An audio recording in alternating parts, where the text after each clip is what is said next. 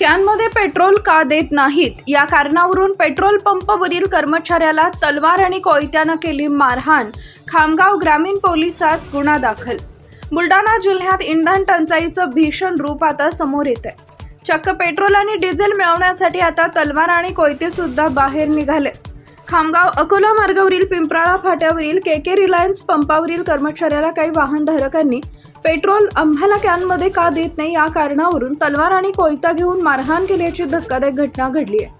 यात petrol pump कर्मचारी सागर दिलीप आचार हा जखमी झाला असून खामगाव ग्रामीण पोलिसात आरोपी वाहन चालक अमोल जाधव, अक्षय जाधव, चेतन जाधव व अनोळखी एक अशा चौघांवर कलम 4/25 आर्म ॲक्ट 15/2, 352, 351, 235 BNS नुसार गुन्हा दाखल करण्यात आला असून आरोपी अद्यापही फरार आहेत.